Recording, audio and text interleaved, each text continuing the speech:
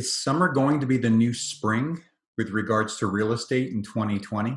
Hi, this is Andrew with the Andrew Smith team at eXp Realty, and it's certainly looking that way. The market's really active. It's strong right now. We started 2020 out of the gates really, really fast. There was a lot of activity. We were outpacing everything we saw last year with regards to the number of buyers in the marketplace. And the biggest thing holding us back was inventory. And that hasn't really changed anytime or lately, I should say. You know, the main reason that people had for buying or selling a home didn't stop because of the coronavirus. The virus hit and everything shut down. We understand that.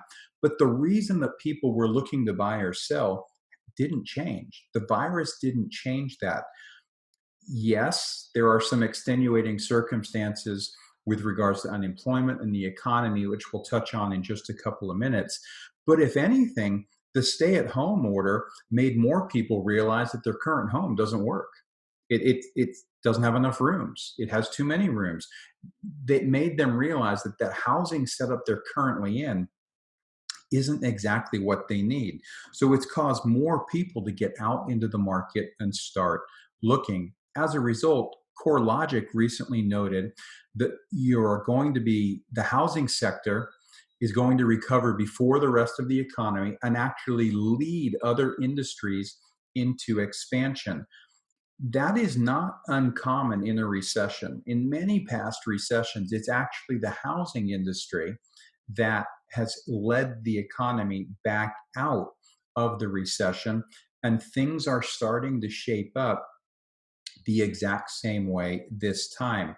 Now that we've got a couple of months of this under our belt, as we look back, showing time, which tracks real estate showing activity across the nation, noted that the beginning of April marked the absolute bottom with regards to the activity that we're seeing as 3/4 of buyer traffic evaporated. What we have seen is a significant rebound in May as buyer traffic has returned. So why are the buyers coming back? Well, again, their need for housing, their need to buy hasn't changed. And what is fueling it is interest rates. Those interest rates are helping bring many buyers back out into the marketplace. Chief economist for Freddie Mac has shown that for the fourth consecutive week, the 30-year fixed rate mortgage has been below 3.3%. That's given buyers a lot of incentive to get out there and buy a home. That same sentiment was echoed by CNBC. They said if mortgage demand is any indicator, buyers are coming back to the housing market much faster than anticipated, despite coronavirus shutdowns and despite job losses. Again, as the states reopen, we're seeing purchase demand improve. Housing Wire just released a report that shows that applications for mortgages to purchase homes increased for the sixth consecutive week.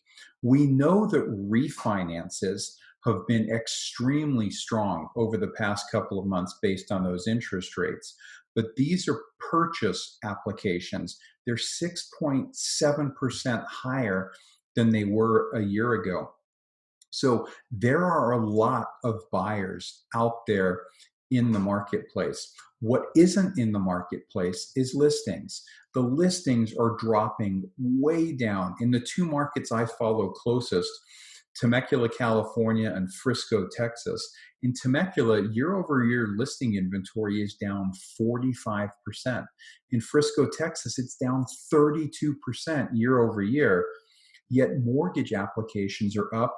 Believe it or not, showing activity is starting to surpass the levels that we saw at this time last year. So if you're someone that had been thinking about selling your home this spring or early summer, it may be a good time to take another look at that. Buyers I've been working with, we were just outbid Again, this week, multiple offers that are on a home that had only been on the market a day. And we're seeing that in a number of markets. We're seeing it in Southern California, we're seeing it in Texas. So the buyer activity is there. So it might be a good time if you've been considering selling to want to move forward to get that home onto the market. And there are plenty of safeguards in place to make sure that you can be kept safe, either as a seller or a buyer at this time. But what about unemployment? So it's great to know that people are looking, but as I've just explained, they are actually also buying what is available. But how is unemployment, working its way into this? What impact is that having on the overall housing market? Well, a couple of weeks ago, we kind of took a look behind the unemployment numbers, and what was shown is that the vast majority of those that have filed unemployment benefits to date, it's mainly been affecting the service and hospitality sector. So what exactly does that mean? It's a huge number, and I definitely don't want to downplay it at all.